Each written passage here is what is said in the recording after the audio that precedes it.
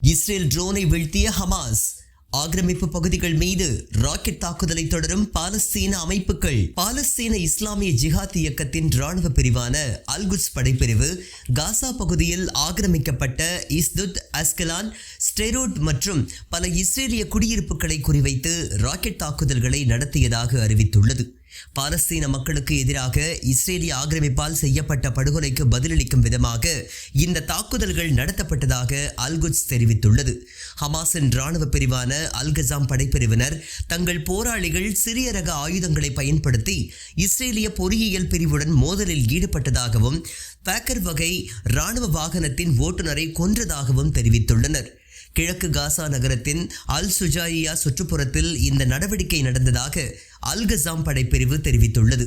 அதேபோல அல்குட்ஸ் படைப்பிரிவு காசா நகரத்தின் மீது பறந்து கொண்டிருந்த இஸ்ரேலின் சூப்பர் ஹெரான் ட்ரோனை சுட்டு வீழ்த்தியதாக அறிவித்துள்ளது. காசா பகுதியில் பாலஸ்தீன மக்களுக்கு எதிராக இஸ்ரேலிய ஆக்கிரமிப்பு ராணுவம் அதன் இனப்படுகொலையை தொடர்ந்து வரும் நிலையில் இந்த சம்பவம் நடந்துள்ளது. இதனிடையே காசா இறப்பு எண்ணிக்கை 52,900 தாண்டியுள்ளதாக காசா சுகாதார அமைச்சகம் தெரிவித்துள்ளது.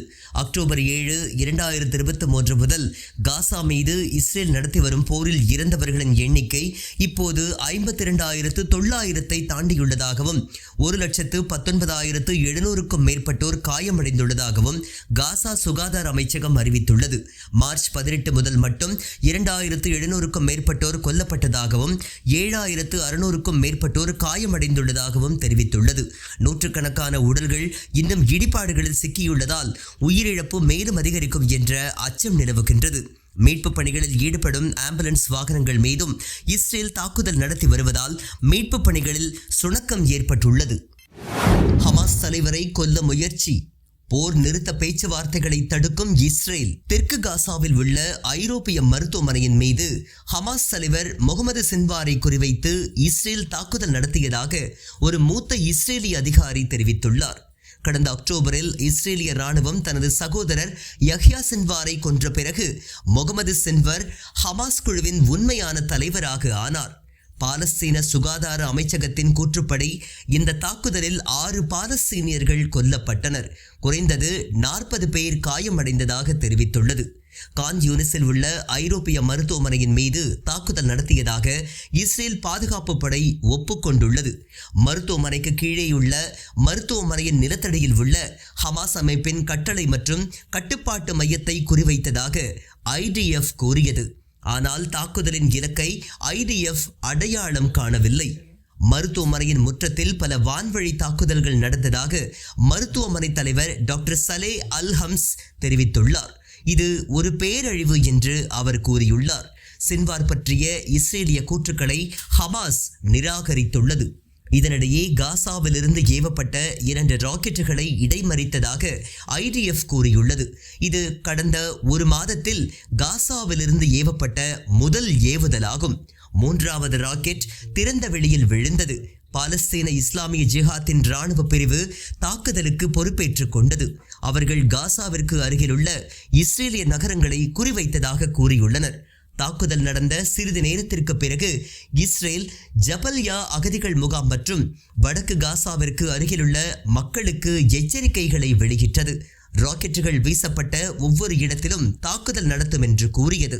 அமெரிக்காவிற்கு நல்லெண்ண சைகையாக இஸ்ரேலிய அமெரிக்கர் எடன் அலெக்சாண்டரை ஹமாஸ் விடுவித்த ஒரு நாளுக்கு பிறகு சின்வாரை குறிவைத்துள்ளது. ஹமாஸ் நேரடியாக ட்ரம்ப் நிர்வாகத்துடன் தொடர்பு கொண்டதால் அமெரிக்கா இஸ்ரேலை ஓரம் கட்டியது. தோஹாவில் பேச்சுவார்த்தையில் தொடங்கவிருக்கும் நிலையில் இஸ்ரேல் சின்வாரை குறிவைப்பது என்பது ஹமாஸின் முக்கிய முடிவெடுப்பவரை கொல்வதன் மூலம் பேச்சுவார்த்தைகளை தடுக்க இஸ்ரேல் நினைக்கின்றது. இஸ்ரேலிய அதிகாரிகள் முகமது சின்வாரை அவரது சகோதரர் யஹ்யாவை போலவே கடுமையானவராக கருதினர். ஆனால் இராணுவ ரீதியாக மிகவும் அவரை அனுபவம் வாய்ந்ததாக கருதினர்.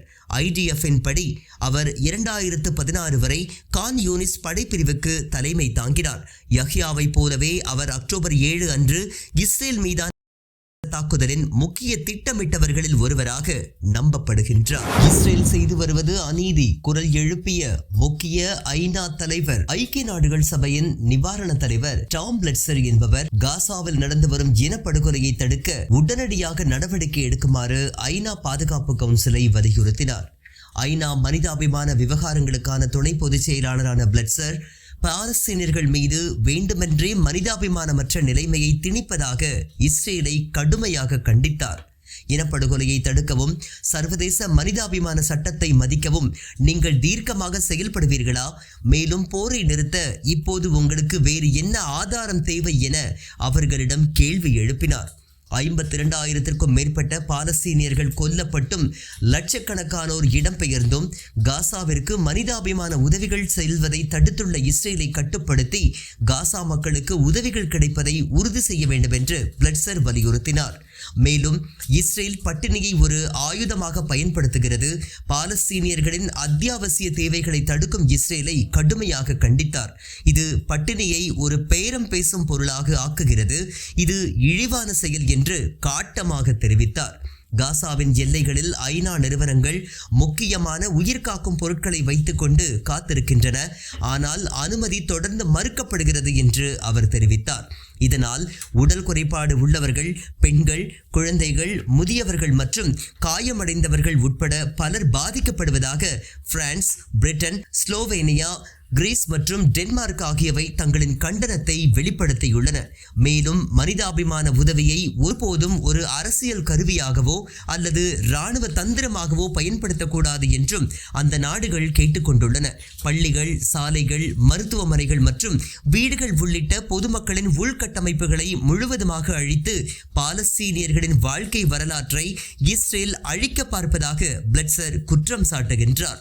மேலும் காசா பேரழிவை தடுக்க தவறியதற்காக ஐநா பாதுகாப்பு கவுன்சிலையும் பிளட்சர் விமர்சித்தார். இஸ்ரேலின் மனித உரிமை மீறலை தடுக்க நடவடிக்கை எடுக்காவிட்டால் வரலாற்றில் எதிர்கால சந்ததியினரால் நாம் குற்றவாளிகளாக ஆக்கப்படுவோம் என்றும் கவலை தெரிவித்துள்ளார்.